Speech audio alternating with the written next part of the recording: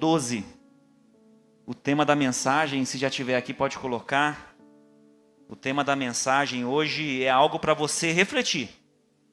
É algo intencional aqui da minha parte, colocar esse tema aqui, que a Páscoa não é coelho.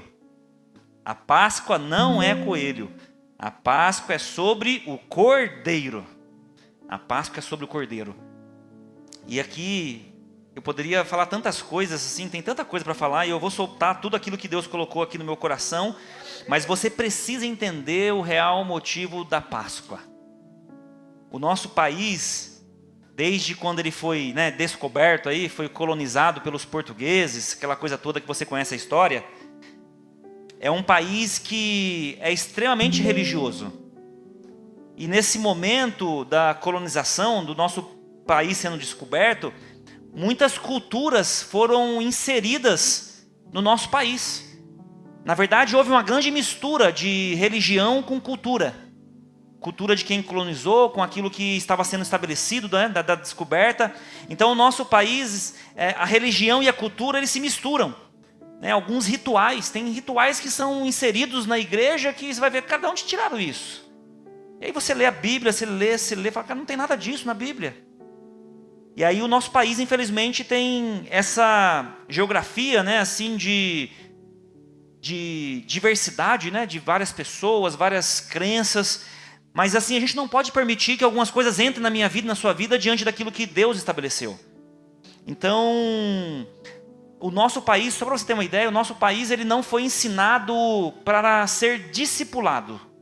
O nosso país ele foi ensinado através da catequese. Catequizado, Catequizado, sei lá, nem sei como é que fala. Então o nosso país não foi ensinado para ser discipulado. E sim através de uma cultura e talvez de alguns rituais que aconteceu dos antepassados. Então nós não podemos permitir, porque quando você vai para a Bíblia, a Páscoa bíblica não é sobre chocolate. Você pode procurar de Gênesis até Apocalipse, você não vai encontrar Páscoa, coelhinho, você não vai encontrar. Agora Cordeiro, o leão da tribo de Judá. Todo o sacrifício que o Senhor fez através do sangue, você vai encontrar.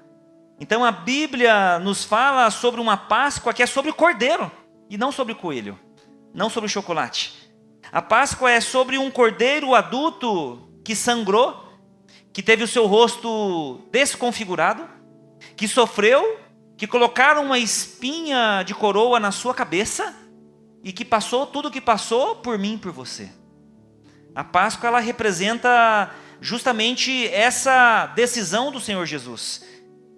Mas no nosso país, infelizmente, tudo tem que comercializar, Tem que aproveitar uma oportunidade, O Natal, a gente sabe um pouquinho da história do Natal, de um homem, São Nicolau, que foi um homem que começou a inverter o princípio do Natal para o comércio, para vender. Ele dava presente para as crianças, um turco que ele dava presente para as crianças, e de repente isso um começou a pegar, um outro empresário viu também, começou a fazer, e aí surgiu o Natal de presentear.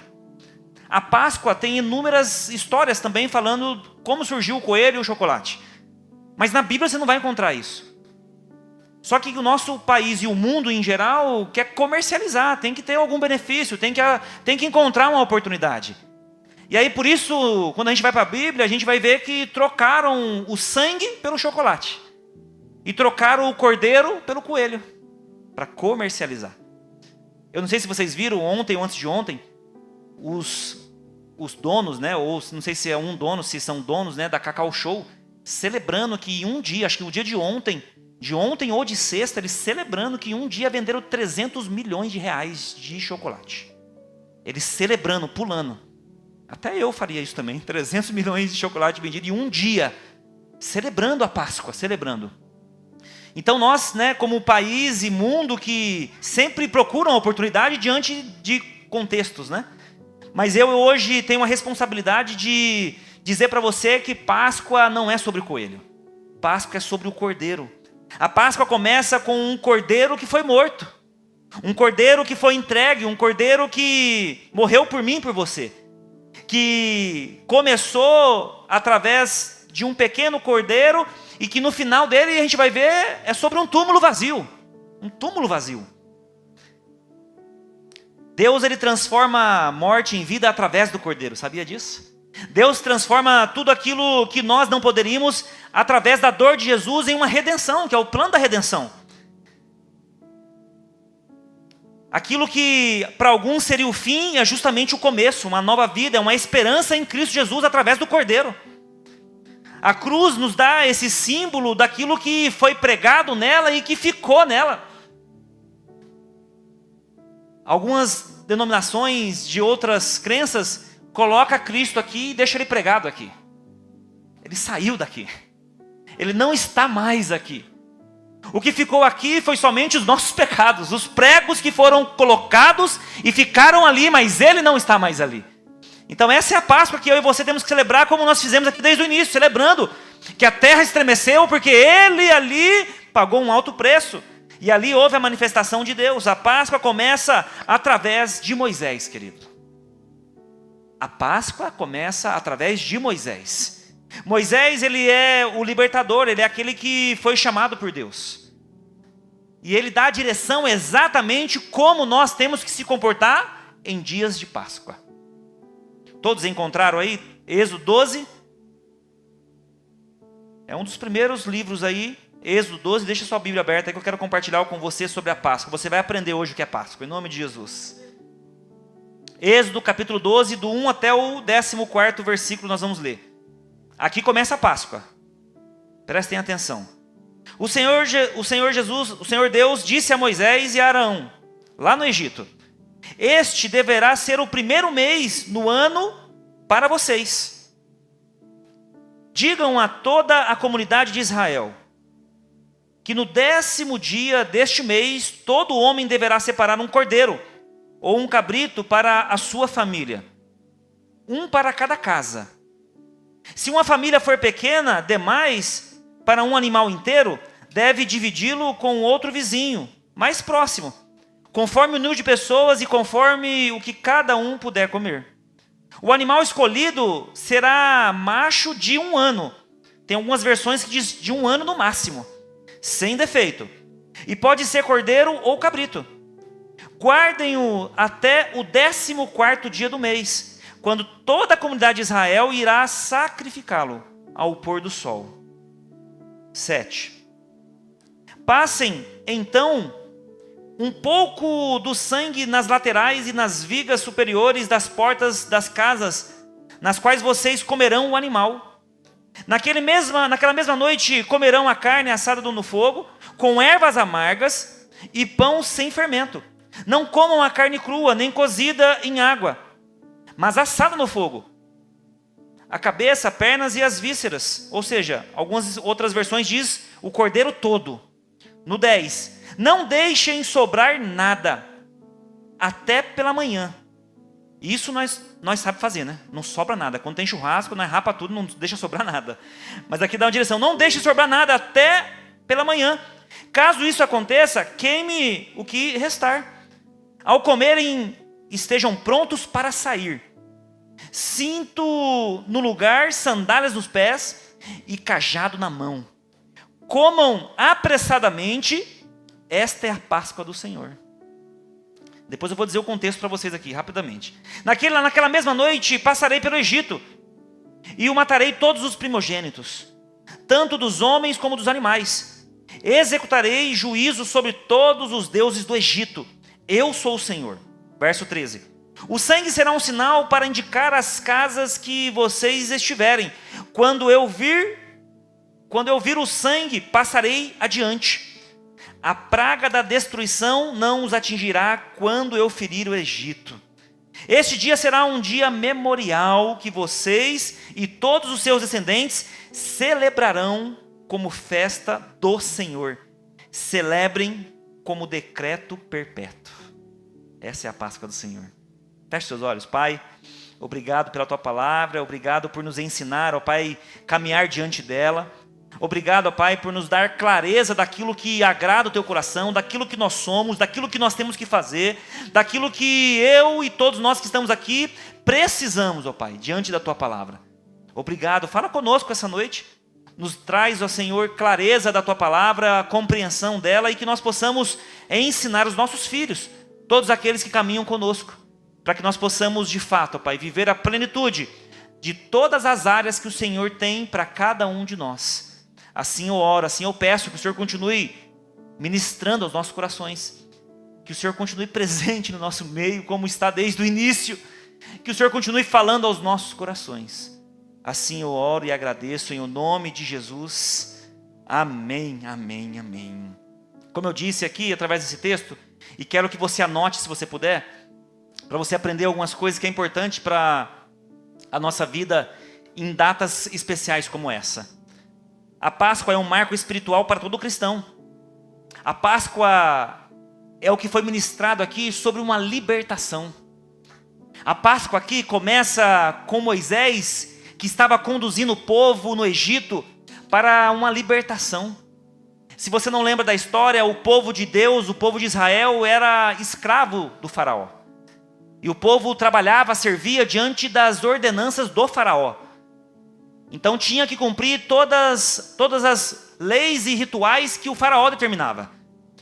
E ali Moisés foi um homem chamado para retirar o povo dessa escravidão. O povo clama, o povo começa a orar: Senhor, as promessas de Abraão, de Isaac, de Jacó, cadê elas?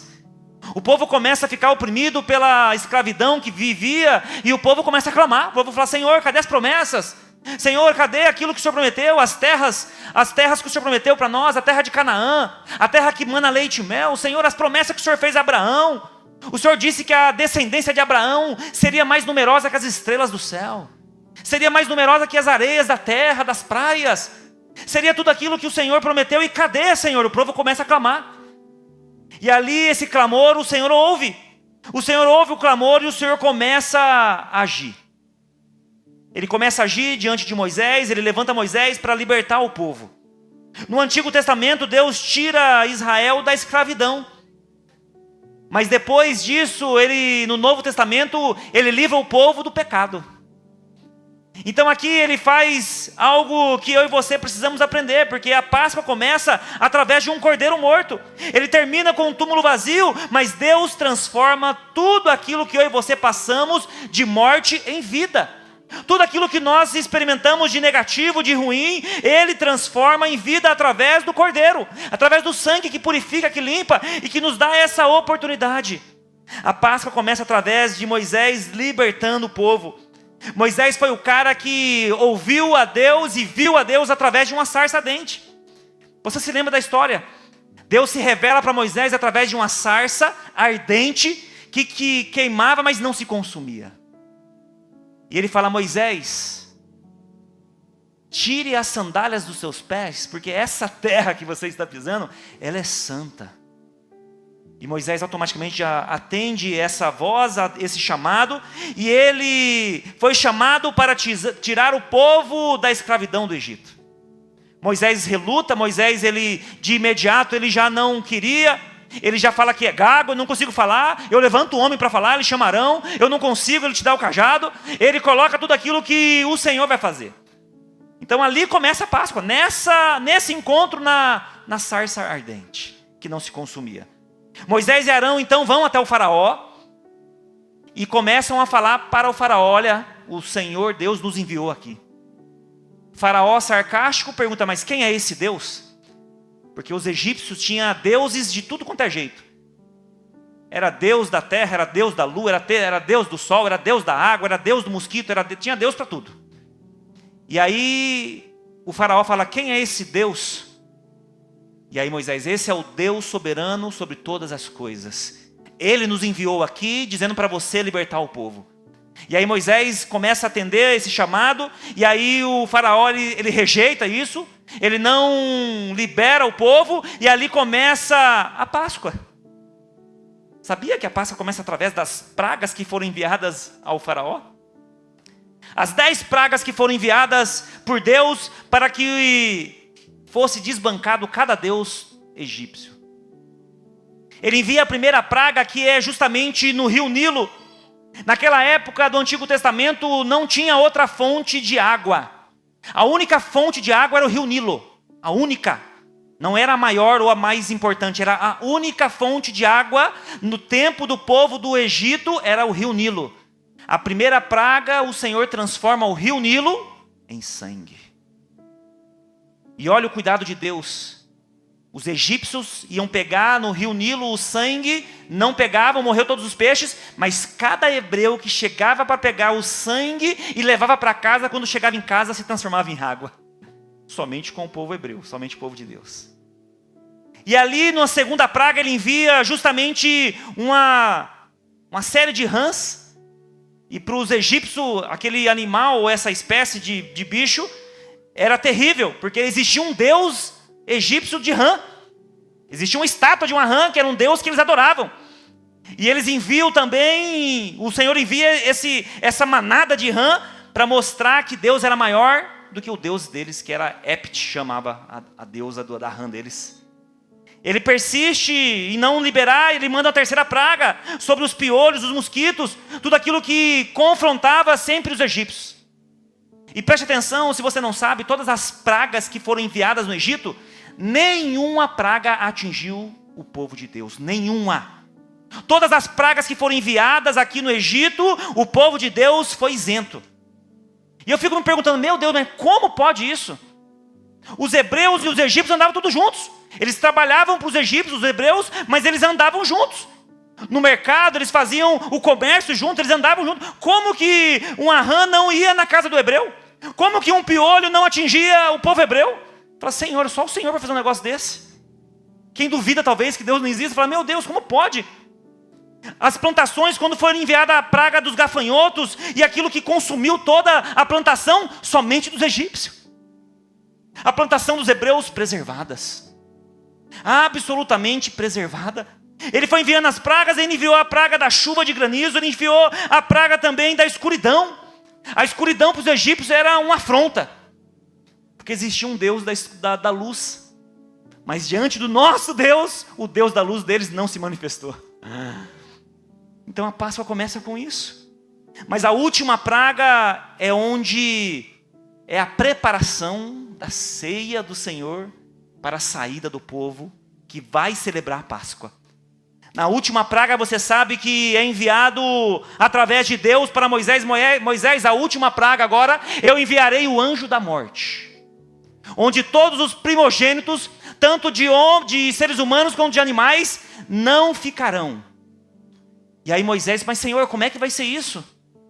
Imagine Moisés, depois de 9 pragas que foram todas cumpridas, realizadas, na 10ª ele falou, mas como vai ser isso, Senhor?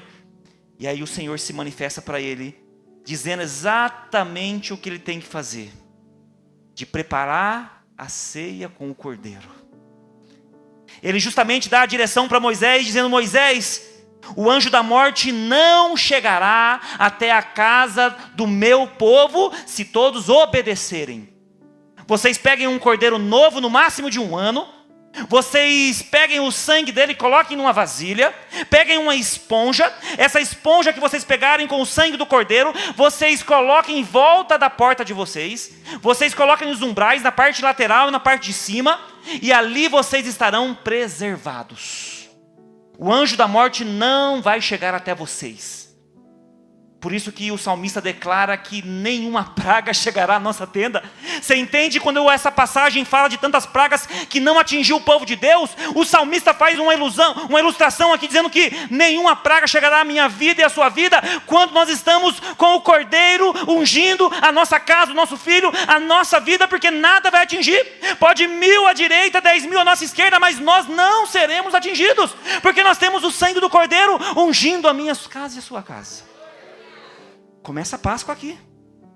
Cada família deve se reunir, matar um cordeiro, assar ele por completo, colocar em cima da mesa. E aí ele começa a dar detalhes. As mulheres aqui da hospitalidade que gostam de fazer a mesa posta, aqui ó, os detalhes. Preparem a mesa, tragam vinho, coloquem ervas amargas, preparem tudo aquilo que eu vou me manifestar diante do cordeiro. E ele começa a dar várias direções ali em detalhes para montar a ceia do Senhor. A ceia do Senhor. O sangue do cordeiro, uma bacia para poder colocar a esponja e ungir ali os umbrais das portas, porque ali não vai entrar o anjo da morte. Isso é Páscoa. A Páscoa é o cordeiro. O significado da palavra Páscoa, a etimologia dela é passar. passar, passou. O anjo da morte passou pelo povo hebreu. O anjo da morte passou pela sua casa. O anjo da morte passou pela sua vida. O anjo da morte não tem poder sobre a minha e a sua vida. O nome do Senhor vai ser engrandecido através da palavra do Senhor quando nós obedecemos ela. Porque ali ele está dizendo, eu tenho aliança com esse. O anjo da morte não vai entrar na sua casa, querido. O anjo da morte não vai entrar nos seus filhos.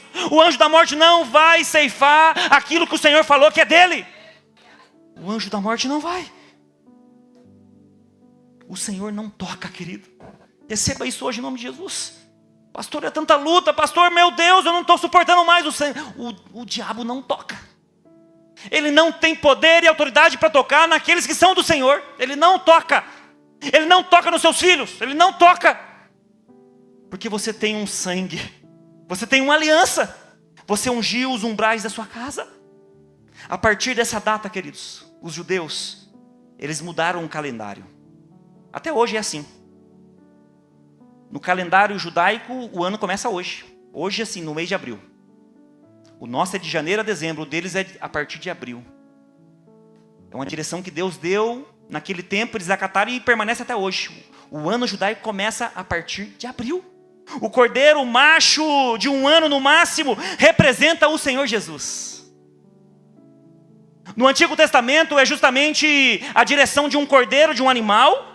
Mas no Novo Testamento, tudo que está sendo dito no Antigo vai se confirmar no Novo Testamento. Um cordeiro que era o Senhor Jesus no Novo Testamento, no Antigo era o cordeiro. Sem pecado, sem mácula, sem mancha. A escolha para que eles pudessem colocar à mesa, escolha um cordeiro novo, sem mancha, sem mácula, sem pecado, sem nada. E assim é o que aconteceu no Novo Testamento. Em Êxodo fala do sacrifício de acontecer no período da tarde. O sacrifício que eles fizeram no Antigo Testamento era por volta das 3 da tarde. Jesus foi crucificado anos depois, por volta das 3 da tarde. Essa é a nossa Páscoa. Esse é o tempo que eu e você temos que celebrar pela vida de Jesus, que nos deu vida, que nos trouxe a vida, que nos perdoou, que nos limpou e que nos purificou. Em Mateus, no capítulo 26, o Getsemane é a decisão que mudou a história da humanidade. O Getsemane é justamente o lugar da angústia. Alguns teólogos vão dizer que é o jardim da angústia. É o local onde Jesus foi extremamente angustiado. Em Mateus, no capítulo 26, vai dizer assim, do verso 36 até o 39. Então Jesus foi com seus discípulos para um lugar chamado Getsemane e disse-lhes, sente aqui, enquanto eu vou ali orar. Levantando consigo Pedro e os dois filhos de Zebedeu, começou a entristecer-se de angústia o Senhor Jesus. Disse-lhe então, a minha alma está profundamente triste. Numa tristeza mortal, fiquem aqui e vigiem comigo. O verso 39 ele diz, indo um pouco mais adiante, prostrou-se o seu rosto em terra e orou, meu pai, se for possível, afasta de mim este cálice. Contudo, não seja como eu quero, mas sim como o Senhor quer. Aqui a gente vê o sofrimento de Jesus. Nós celebramos a sexta, o sábado e o domingo. Nós celebramos a sexta, o sábado e o domingo. É bem verdade que o domingo nós ficamos mais animados. É bem verdade que o domingo, que é o dia que ele ressuscitou, nós temos mais vigor. O domingo é o dia que nós celebramos com mais força. Mas existe o Getsemane. Existe o caminho para o Getsemane. Existe toda a opressão. Existe tudo aquilo que angustiou o nosso Senhor Jesus. O significado de Getsemane é derivado do aramaico, que eles usam outra expressão, eu não sou bom em aramaico, mas é Getsemane, que é o Getsemane. É justamente a prensa do azeite. É onde é espremido, é onde é pressionado, é onde sai aquela pressão que esmaga, mas que sai um azeite valioso cheio de experiência, cheio de autoridade, cheio de poder, mas houve o Getsemane antes de acontecer a morte e a ressurreição. Jesus passou o que a gente chama de... Tem médico que pode me corrigir aqui. A gente chama de hematidrose. Hematidrose. É a pior dor que um ser humano pode sentir. São suor de sangue que sai, de tanta angústia. Quando você vai conhecer um pouquinho mais o efeito disso que acontece, alguns vão dizer que é uma extrema dor física e psicológica. No extremo que você transborda e vai suar sangue. Localizado justamente no Monte das Oliveiras, próximo do Ribeiro de Cedron. Este foi o local que Jesus não fugiu. Ele, sendo ser humano como eu e você, ele colocou: Senhor, se é possível, passa de mim esse cálice. Mas ele não fugiu. Mas ele falou: Senhor, se é possível, passa de mim esse cálice. Ele não fugiu. Jesus ali disse: Pai, se for possível, passa de mim esse cálice. O cálice aqui representa a ira de Deus. O cálice aqui nesse momento representa o pecado do mundo. O cálice aqui representa a separação espiritual que tinha da humanidade com Deus. Essa separação, ele disse: Senhor, se for possível, passa de mim. Mas em seguida ele fala: Senhor, se não for possível, faça conforme a tua vontade. Faça o teu querer. Se for possível, tira. Mas se não for, faz a tua vontade. Faz o teu querer. Então, antes da cruz, queridos, antes da cruz existe um caminho que é individual. Antes da cruz pública existe um caminho único. Antes daquilo que vai acontecer de celebração, existe um caminho individual que ninguém está vendo. Existe um Getsemane na sua vida. Existe um Getsemane na minha e na sua vida. Hoje, ontem ou amanhã, existe um Getsemane. E essa é a oração que eu e você temos que fazer sempre que nós estivermos no Getsemane. Senhor, se for possível, passa de mim. Mas se não for, faz a tua vontade. Faz a tua vontade, Senhor. Antes da cruz pública, houve uma cruz no secreto. Antes de uma angústia pública, houve algo individualmente no secreto com o Senhor. Antes de qualquer vitória pública, começou a rendição no secreto. A rendição da minha vida e sua vida começa no secreto. Começa nas orações que eu e você fazemos. Começa diante daquilo que nós não suportamos e colocamos diante do Senhor. Quem não vence o Getsemane não vai sustentar lá no Calvário. O Calvário é a consumação.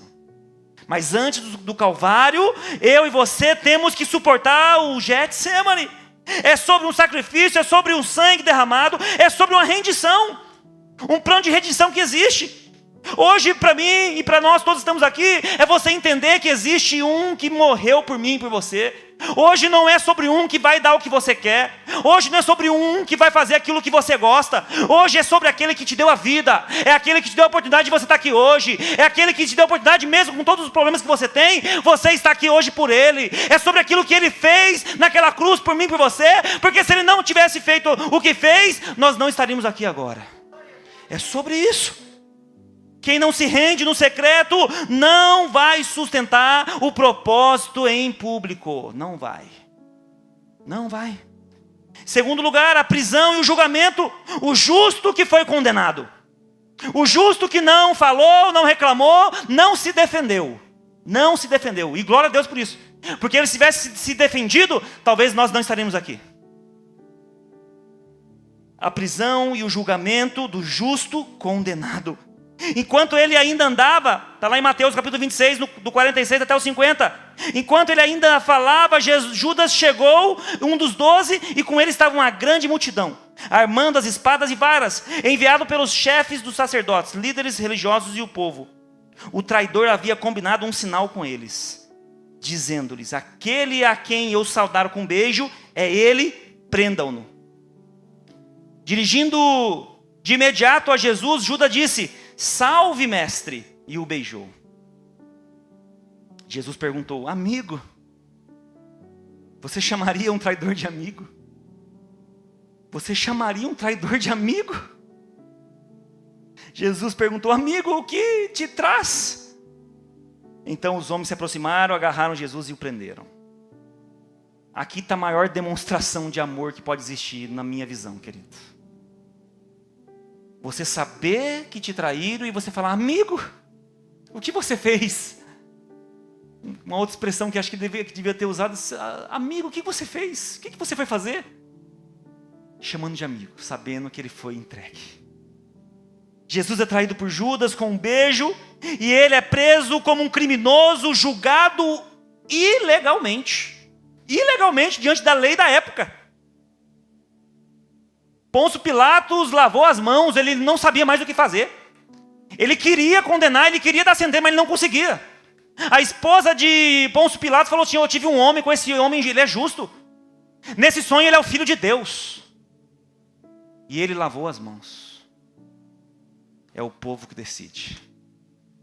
E é engraçado porque quando eles estavam para decidir, Pôncio Pilatos para decidir e dar a sentença, a multidão gritava de um lado e os 3 presos ficavam somente ouvindo o que a multidão falava. Não ouvia qual era a direção de quem estava conduzindo, de quem ia liberar, de quem ia ser condenado. Um dos presos que estava era Barrabás. E aí Pôncio Pilatos pergunta para a multidão: quem nós devemos soltar? E a multidão gritava: Barrabás. Só que ele só escutava que era para ser crucificado ou solto. Ele escutou só a crucificação. Barrabás ficou apavorado porque ele só escutava: crucificam, crucificam. Mas a crucificação era de Jesus, porque blasfemaram contra ele, acusaram, tiveram testemunhas contra ele, testemunhas forjadas, trazendo tudo aquilo que o Senhor Jesus não merecia, mas ele foi condenado injustamente. Sabe por um motivo, querido? Ele foi condenado injustamente para me justificar, para te justificar, para dizer que eu e você temos a oportunidade de dizer que existe um Deus que olha para mim, para você, e que Ele paga o meu e o seu pecado, porque nós não poderíamos. Então Ele diz: eu pago o preço. Então você tem que sair daqui essa noite sabendo que não existe nada negativo na conta no mundo espiritual, querido. Ali foi pago um alto preço, e se tiver correção monetária, foi tudo calculado, e o Senhor disse: eu pago. Ali está dizendo: eu pago esse preço, porque eu sou o Filho do Deus vivo. Foi pago. Não caia, queridos, não caia no erro de que você é amaldiçoado por alguma coisa, querido. Não fique debaixo de palavras que colocaram contra a sua casa. Não fique debaixo de palavras contra o seu ministério. Não fique debaixo de palavras contra o seu casamento, contra a sua vida profissional, a sua vida espiritual. Nada daquilo que dizem é de fato, porque houve um preço que foi pago, houve uma cura, houve uma libertação, houve um sangue derramado que dá para mim e para você essa oportunidade de não viver debaixo de palavra contrária, de maldição, porque ali foi tudo pago. Foi pago. Por isso que aqui nós não fazemos campanha de prosperidade, querido. Foi pago, você já é abençoado, querido. Se você tem saúde, você já é abençoado. Se você tem condição de andar, de correr, de respirar, de trabalhar, você já é abençoado. Você não precisa de campanha, você não precisa de bênção de ninguém. Você precisa da bênção do Deus que você conhece e serve. Você precisa desse sangue derramado na cruz. Quando vem algo contra a sua vida, a sua casa, você se lembre desse sangue que foi derramado, que foi pago. Ele me justificou, Ele te justificou, e nós somos justificados. É o papel do diabo tentar tirar isso de mim, de você. Mas Jesus foi condenado injustamente para que nós tivéssemos a oportunidade de ser justificado. Ele ficou em silêncio. Silêncio para que hoje eu e você pudéssemos clamar por misericórdia. Ele ficou em silêncio para que hoje nós pudéssemos colocar a minha vida e a sua vida diante dEle. Pedir para Ele nos dar sabedoria, nos dar misericórdia, nos dar compaixão, nos dar amor, nos dar tudo aquilo que é o Espírito dEle. A crucificação, o cordeiro imolado. O cordeiro imolado é uma expressão teológica cristã que refere-se ao próprio Senhor Jesus Cristo, que fez um sacrifício perfeito. O sacrifício do Senhor Jesus não ficou nada para trás. Não ficou nenhuma palavra, nenhum versículo, não ficou nada que confronta o Antigo Testamento com o Novo, não tem nada que impede ou então que anule aquilo que ele fez, porque aqui o cordeiro imolado entrou os mudos e saiu calado, sendo crucificado, não deixando nenhuma ponta solta. Não tem. Ele foi crucificado por isso. Em Lucas, no capítulo 23, do 33 até o 35, vai dizer: quando chegaram ao lugar chamado Caveira, ou então em Gólgota, o lugar que ele foi realmente crucificado, com os criminosos à sua direita e à sua esquerda. Jesus disse: olha esse amor que exala até numa cruz com outros 2 criminosos. Olha o que Jesus foi capaz de dizer na cruz do Calvário, lá em Gólgota, dizendo para que: Pai, perdoa eles, que eles não sabem o que eles estão fazendo. Será que eu e você teríamos coragem um dia de falar: Senhor, perdoa esse homem que está me julgando, perdoa essa mulher que está falando algo de mim, perdoa porque eles não sabem o que fazem? Não tinha motivo, não tinha prova, não tinha nada, era só um teor político, era só um jogo de interesse. Jesus, para os fariseus, estava atrapalhando o ministério deles. Jesus estava atrapalhando o ministério dos fariseus, porque Jesus estava curando, libertando, estava acabando com toda a programação que tinha de arrecadação, porque ele estava realizando as curas, os milagres, somente num toque, somente numa palavra, somente no andar, somente passar por perto. A sombra do Senhor curava onde ele estava, onde ele se manifestava, havia manifestação de cura e de tudo. E ali queriam condenar esse, para acabar com os ganhos deles, e eles queriam que crucificasse. Jesus, em meio à sua crucificação, exalou amor. Exalou amor. Perdoa eles, eles não sabem o que fazem. Estão xingando, estão batendo. Eles bateram na cara do nosso Senhor Jesus antes. Chicotearam, fizeram tudo o que tinha que fazer, mas ele perdoa que eles não sabem o que fazem. Ele levou para si. Tudo que ele falou e se manifestou foi sobre o meu pecado, sobre o nosso pecado, sobre a nossa culpa, sobre a nossa condenação, sobre nós.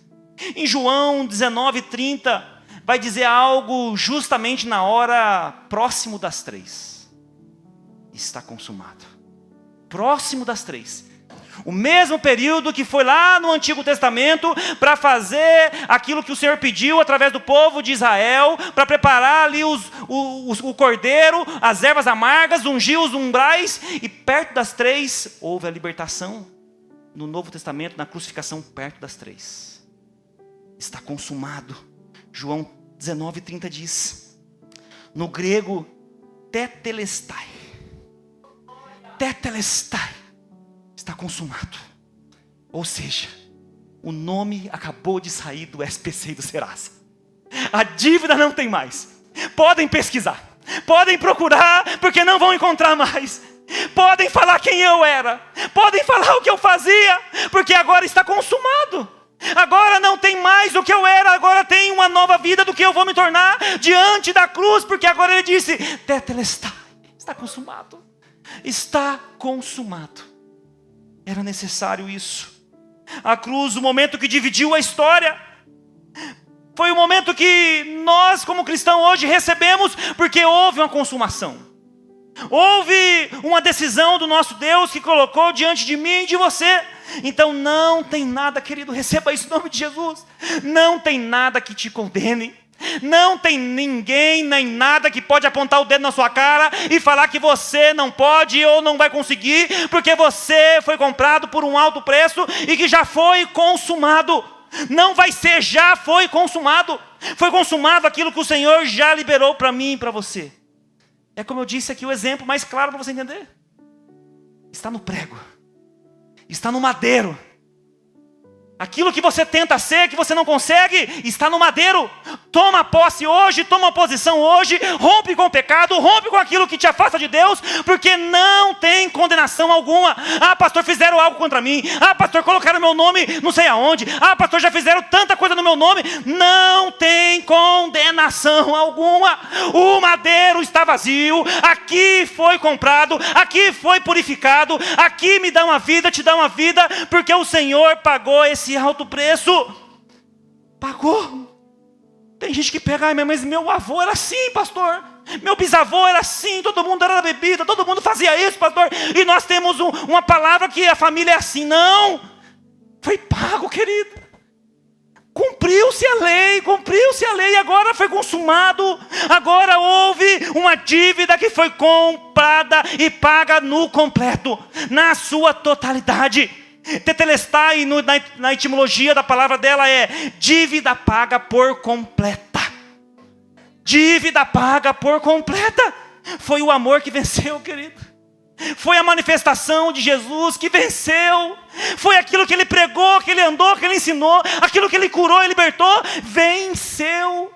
Não desista de fazer o bem. Não desista de permanecer firme, mesmo que todo mundo está fazendo errado. Não desista de fazer aquilo que é certo, querido. O bem vence. Tem uma musiquinha que o Samuel brinca às vezes. Como é que é, Lê? O bem sempre vence o mal. Como é que é aquela brincadeira que ele faz? No final, o bem sempre vence o mal. É justamente isso que acontece. Você continuar fazendo bem, sempre vai ter a manifestação de Deus. Não vai ser em vão você pagar um alto preço. Não vai ser em vão você continuar servindo ao Senhor. Não vai ser em vão você continuar colocando a sua casa diante do Senhor, ensinando, pregando, colocando os princípios e os valores, porque já foi consumado. Já foi consumado. A cruz não é uma derrota. A cruz é a maior vitória espiritual de um crente, querido. A cruz é a maior manifestação de uma vitória de um crente. De quem crê em Jesus, não de quem frequenta uma igreja. De quem crê em Jesus, não de quem frequenta a igreja. Essa é a maior manifestação. Não foram os pregos ali que colocaram à toa. Foi justamente para mostrar que ali está todo o pecado. Ali está tudo que nós não conseguimos fazer e ser. Ali está tudo aquilo que nós lutamos talvez diariamente, mas está lá somente. O Senhor Jesus, Ele faz isso comigo, com você. O amor venceu. Foi a obediência que venceu, querido. Ele obedeceu. A obediência me leva e te leva a experimentar grandes coisas em Deus, querido. A obediência nos faz experimentar grandes coisas diante de Deus. Escute isso, a dívida foi paga, o inferno foi vencido, a morte foi vencida, ela não tem mais poder, ela não consegue me paralisar, te paralisar. Nós temos uma vida aqui sim, mas existe uma vida eterna que foi vencida e que tem um benefício para mim e para você, que estamos firmados nele. Existe isso. Você não precisa pagar, querido. Ouça bem o que eu vou dizer. Tem gente que quer pagar os seus pecados. Você não consegue, querido. Não, pastor, eu pequei demais, eu preciso pagar meus pecados. Eu tenho que ir até lá, não sei aonde, lá 300 quilômetros andando para mostrar que eu vou pagar meus pecados. Não, você não consegue.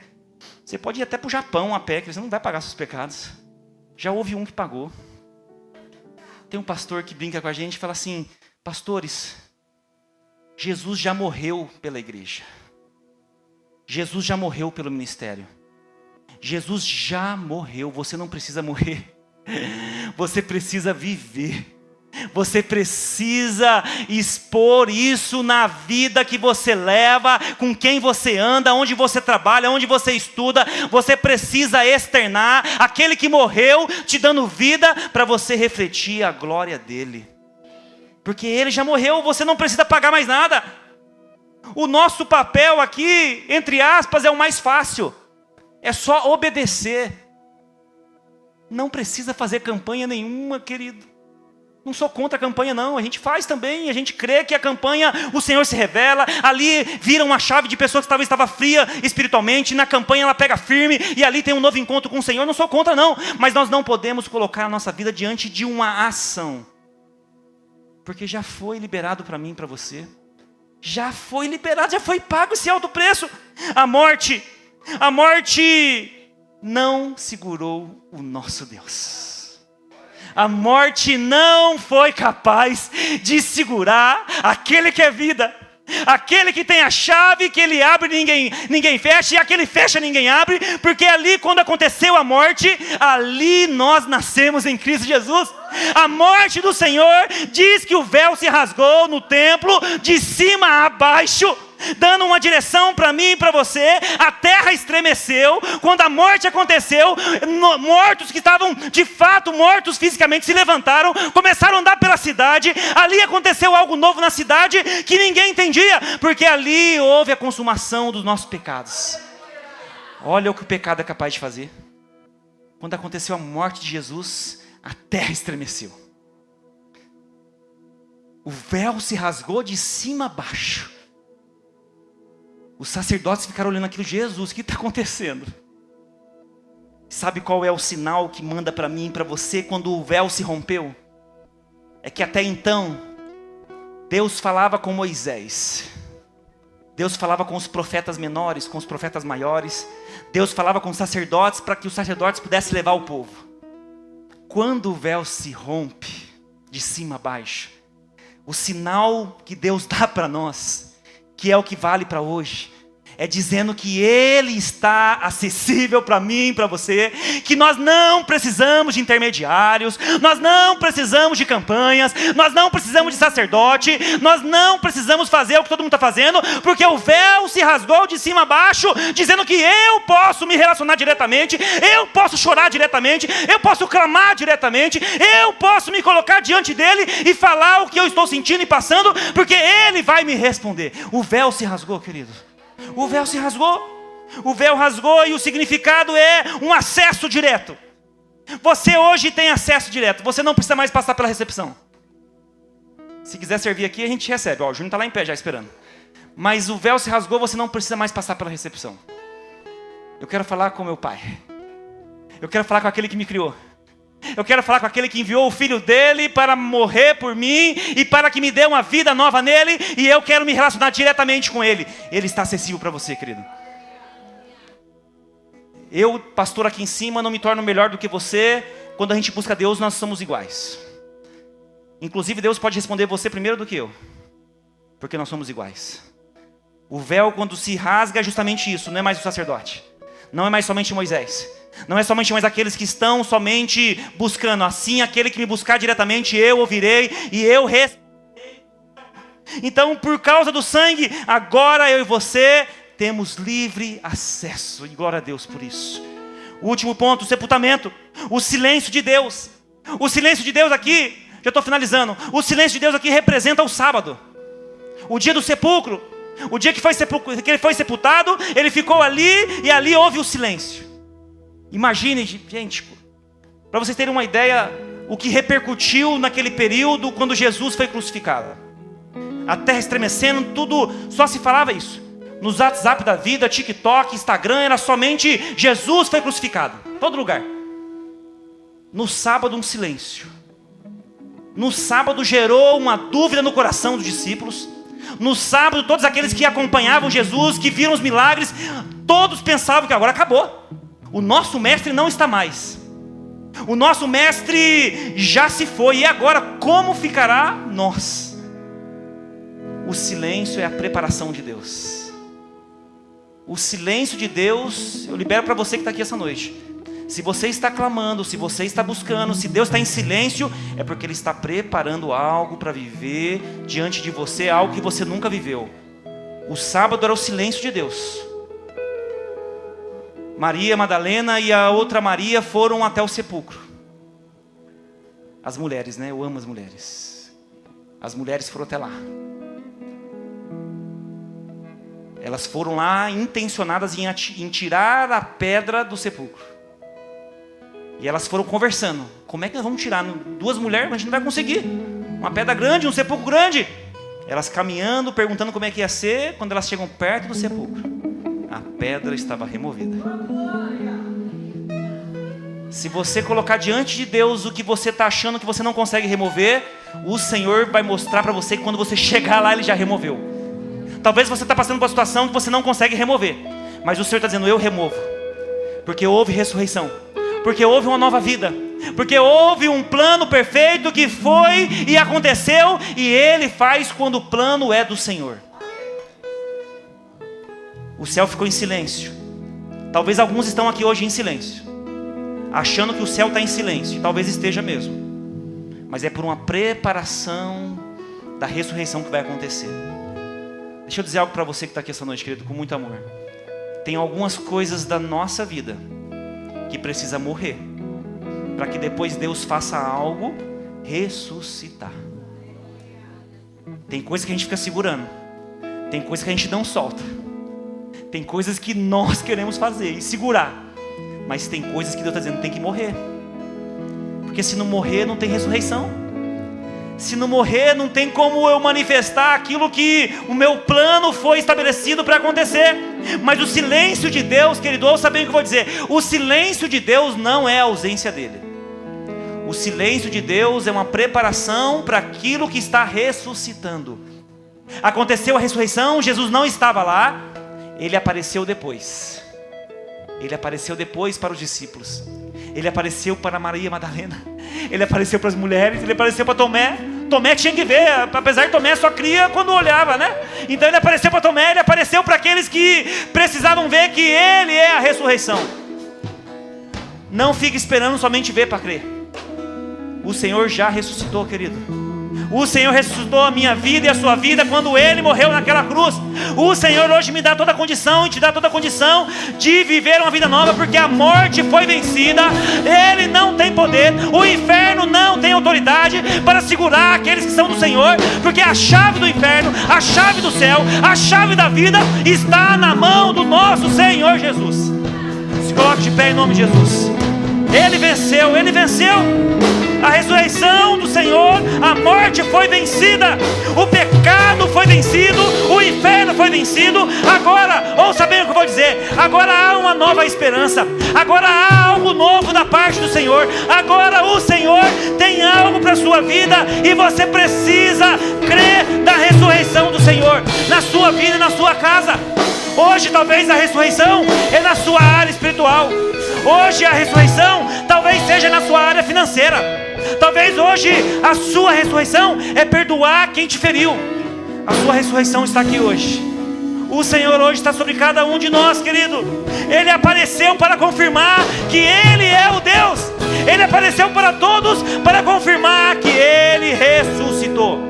Não é uma lenda, não é uma história, é algo que é verídico e foi comprovado, e hoje nós temos a liberdade de experimentar isso. Feche seus olhos em nome de Jesus.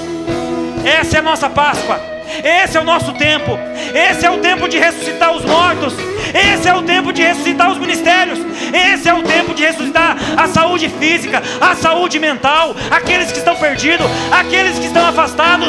Hoje é o dia da ressurreição. Chegou o domingo, querido. O sábado foi silêncio, mas domingo agora é a confirmação. É o Senhor confirmando que Ele está vivo. É Ele confirmando que a morte não segurou. É Ele confirmando tudo isso. Com os olhos fechados agora, declare isso em nome de Jesus. Jesus.